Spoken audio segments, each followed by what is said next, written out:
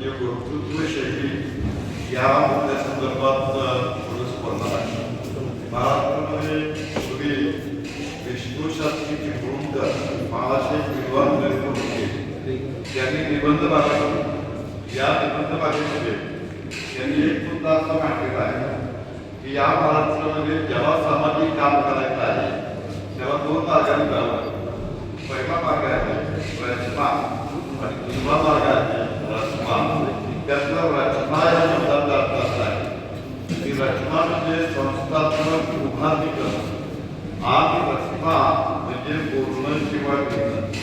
आपण जर आपल्या 90 वर्षाच्या आयुष्याकडे बारकाईने बघितलं तर या दोन मुद्द्यांच्या बाबतीत सांगण्याचं लक्षात हे तुम्हाला मला सगळ्यांना माहिती आहे की राज्यामध्ये कीर्तीचा व्यवसाय कोट्यांचा वापरा नफ्यात काढून चालणारी दीनदयाळ कीर्ती आपण उभारली, आपण इंद्रिय कॉलेज उभारलं, आपण शिक्षण संस्था उभारली. या सगळ्या ठिकाणी त्यांनी म्हणजे व्यवस्था बघण्याचा प्रयत्न केला.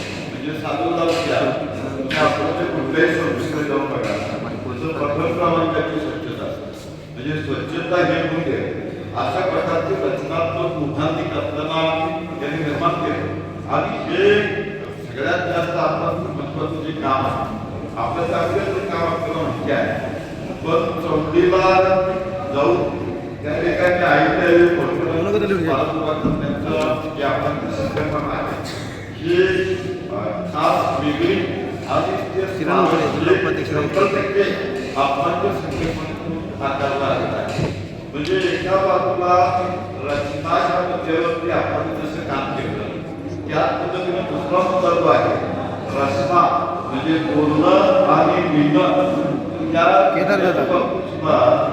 पंडित नेहरू एकशेश्वर चव्हाण यांच्याप्रमाणे राजकारणामध्ये त्यांच्या माणसांची राज्याची क्रिया आहे. त्यामध्ये आपण ऐकले वर्तनाचे चरित्र लिहिलं 32 आपण एकूण 12 अगदी 12 पुस्तकं घेताना त्यांचं वाक्यामध्ये वैशिष्ट्य आहे.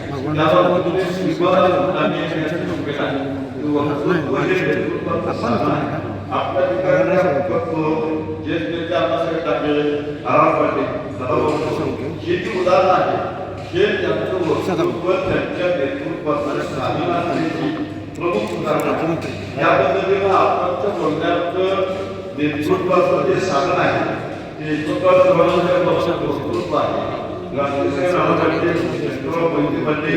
आम्ही भारतीय जनता पक्षाचे पूर्वीच्या दशकाचे अनेक नेते यांच्या बोलण्याच्या शैलीचा वास्तविक परिणाम म्हणून सी.एच. पाटील यांचं सरची सी.एच. पाटील यांचं सरची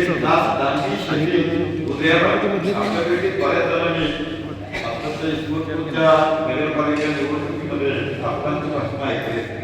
त्यांच्या नगरपालिका निवडणुकीच्या भाषणाचं वैशिष्ट्य काय होतं तर विरोध आणि उपहास यामुळे विरोधकांच्या वरती असा जबरदस्त प्रहार आपला करायचे की 2-3 दिवस तरी समोरच्या विरोधकांना खूप काय करायचं त्यांचा विवेक किंवा पोचत राहिला पाहिजे. या पद्धतीनं जे केवळ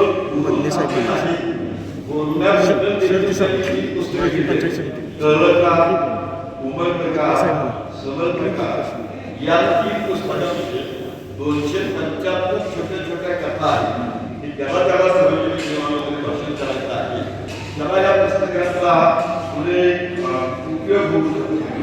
तेव्हा आपणाची विठ्ठल भक्ती सर्वश्रुत आहे. आपण भोजन करतात, आपण ज्ञानेश्वरी वाचतात, आपण संतात्मक जीवनोपास करण्याबरोबर पृथ्वी आग कुर्मा या दोन्ही मुद्द्यावरती भयानक कार्यरत राहिलेले आहे. तेव्हा आपणच्या 90व्या वाढदिवसानिमित्त आपण जे भावाचं नवीन श्राव्य महाराष्ट्राचं एक महत्वाचं सांस्कृतिक संचित आहे आणि हे सांस्कृतिक संचित हे सध्या नवोदित आहे.